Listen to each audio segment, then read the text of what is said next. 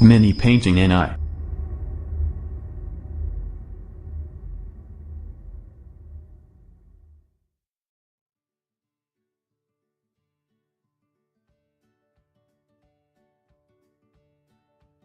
Hey guys, Dan here from Mini Painting NI.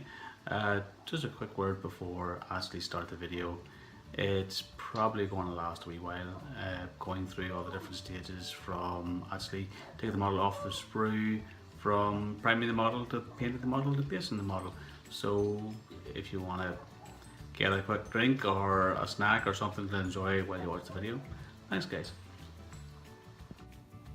Hello guys and welcome back to Mini Painting NI. What I'm going to do now is I'm going to try and do a step-by-step breakdown of assembling the model, priming the model and painting the model. So I'm just going to pause here and get all the stuff out of the box. Okay guys, so I have everything out of the box now, and something I failed to do in my first video was to show you the actual instruction guide that comes with the Canon S inside the box. So basically all it is your step-by-step assembly guide, and also putting on the base. And you get, let me just zoom in on the ruler so you guys can read it a little bit better. Giving her stat lines, weapon skill 5, plus skill 5, strength and toughness 3, 3 wounds, initiative 4, 3 attacks, leadership 10, and a 3 plus save. Gives her all her war gear and all her special rules, also with clinical precision and active faith. And on the back, just the same again, but in different languages. So there you are. So to move on, let me just zoom back out again. We have the sprues and the base. So what I'm going to do now is I am going to be using my hobby clippers and a hobby knife, and I'm going to do my best to be as careful as possible, so I'm not going to destroy anything on this basically, because it's a very delicate resin. In fact, when you look at the bottom here of the tabard, it's quite see-through. You can see it in the light. Possibly you guys can't see it that well, but I'm actually able to see through, so I'm going to have to be very careful when cutting this out. So I'll see you after that. So I have everything off the sprues eventually. Took a little bit of time, a little bit of care, but I got there. It reminded me of a Space Wolves character I did once, Arjak Rockfist I think he's called. It was the kind of same. This is very flimsy plastic, very flimsy. The sword actually bends really easy, as you can see. So with a bit of care, a wee bit of scraping with a hobby knife, I was able to get rid of all the wee mold lines and stuff. But a lot of care needs to be taken. So next, what I'm going to do is, I'm not going to put all the model together. I'm going to glue most of it together, but I'm going to leave some things off. I'm going to do a sub-assembly, which is basically painting the miniature up in different parts, essentially, instead of putting everything together.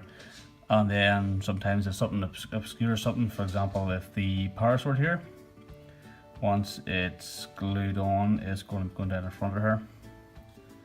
Now, I don't want to be trying to get, because it is such a small figure anyway, I don't want to be trying to get my paintbrush in down around the bottom underneath that power sword. So I'm going to leave certain things off and do certain things separate. So that's my next stage, is gluing everything together. So I will see you then. Okay, so here I am with my sub-assembly prepared. Now I was going to put this tabard on the back, but then when I was going to do that, it's actually going to obscure the back of her leg, so it's going to be kind of very hard to try and get painted on.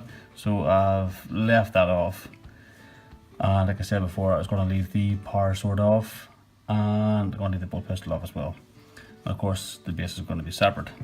Now what I'm going to do with the sub-assembly is I'm actually going to drill a very small hole into the bottom of her foot and use cocktail sticks.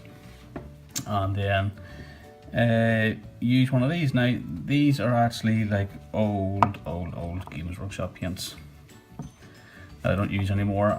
Basically I stick a bit of blue tack or white tack to the top, and then you can easily just stick your model with the cocktail sticks, and you'll find a good firm base with cocktail sticks poked in there. Or you can get like a metal paper clip or something like that and trim it with the hobby clippers and put it in the base for, well, basically ease of painting, essentially, instead of having to stick it to your base, you know, because then it's a bit footery whenever you're trying to paint your model and then you're getting paint all over your base, and then it's harder to reach areas and around the feet and stuff like that there. So yeah, and I'll probably do the same with the arms, just in here, the holes.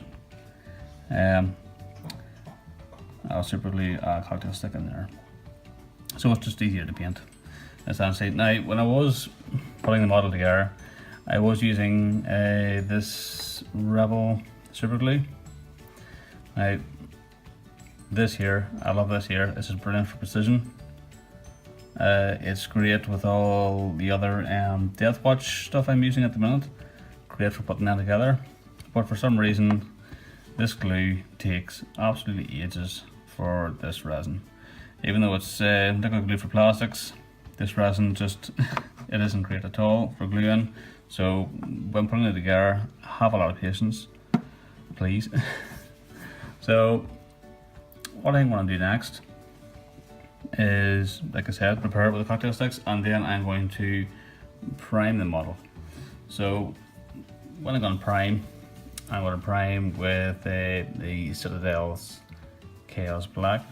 Put the price on there, but yeah, Citadel's Chaos Black. Give it a light coat, good shake, a light coat, and then another light coat, because that's the thing you have to be very careful with. You don't want to put a lot of primer on.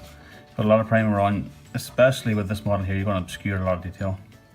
So 2 light coats, let that dry. You let it dry overnight, and then you can get to your painting. I will go into detail after I get this primed. I'll sort of run through all the paints I'm going to be using. I'll start off with the base paint to get everything base painted. After I get it base painted, we'll move on to any shades that I may be using, and from there I'll go on to talk about highlights and the finishing points, and then what I'll leave to last, I'll probably leave the base just to last. I always like to get the model of the road first. The base is usually the easiest thing to do, so I'm going to go prime. Okay, so as you can see, I have now primed the model with the Citadel Chaos Black spray. Give it a good time to set overnight as well. Like I said, 2 fine coats, and that is her primed and ready for the base painting. So what I'm going to do is I'm going to actually get this model out first. Yeah, most of it anyway. I'll just move it to the side for the time being. So first off, I'm going to talk about your base paints. So I know it sounds silly because I've already primed her in black. It may sound a bit stupid to go back over it in black again, but the Abandoned Black and the Chaos Black actually set different. So if you were to make a mistake and you were to go over it with the Abandoned Black, then you would actually see it on the model and it'd be quite different. So all the black areas, for example her legs, her breastplates, her arms, backpack, etc. I'm going to go over a coat of Abandoned Black. Okay, so other base paints, I'm going to use the Ceramite White, and that's just going to be for her hair. Not too sure how to approach this here. I might give it just a coat of the Ceramite White and then give it a shade, and then go back over it again, dry brush it over with the Ceramite White, and then highlight again with the white scar. I think that's how I'll tackle it here now. So next up, I have Mephiston Red. Now I'm going to use the Mephiston Red for, let me just read back to the box art here, for her tabards, her sleeves, and on the back of her tabard as well. Okay, so I'll actually set that there so we can compare a wee bit. Next, another base I'm going to use is the Corn Red. I'm going to be using the Corn Red just essentially for a base for her purity seals. Okay. Next we have Everland Sunset. I'm going to be using that on her bolt pistol really, and I think that's it. And next one we have Bugwan's Glow. I'm going to be using that one for primarily just for her face really. Although it might tackle it a bit different because the Sisters of Battle actually look more paler than usual. Or not than usual, but compared to the rest of the models, the Sisters of Battles do look a bit more paler. So I might go a shade up, but I'll try that anyway. Next we have Zandri Dust. So the Zandri Dust I'm going to be doing on the skulls. That's a good base for that. And let me see, there's the tiny servo skull there as well. And the skulls in our breastplates. I think that's it. Yeah, so I'm going to start off with a base there of the Zandri Dust. Oh, sorry, the scrolls for the purity seals as well. I'm going to be doing the Zandri Dust. Okay, so next we have the Lead Belcher base, which primarily just going to be used for the instruments in right here, like the bolt pistol here, the magazine, the barrel, etc. And then up and around the servo skull. There's some metallic wiring here, and then in around her neck as well. Her gloves as well, her gauntlets, both sides, and possibly there should be maybe some on the backpack. Yeah, be some on the backpack as well. So that's the Lead Belcher. And next we'd have, last we'd have Balthasar Gold, which I'm going to be doing for her pauldrons here, and for her knee pads, and any of the rest of the details sort of along the breastplate. And the sword is actually quite a curious one. I'm still not too sure how to tackle that quite yet, whether I should refer to the gold which it says in the back, because I actually have the sword looking quite well in this picture. I'm actually quite impressed. It actually looks quite well when it's not even a metallic. So yep. So after I apply all of these base colours that I pointed out, let me just set them all down here, guys.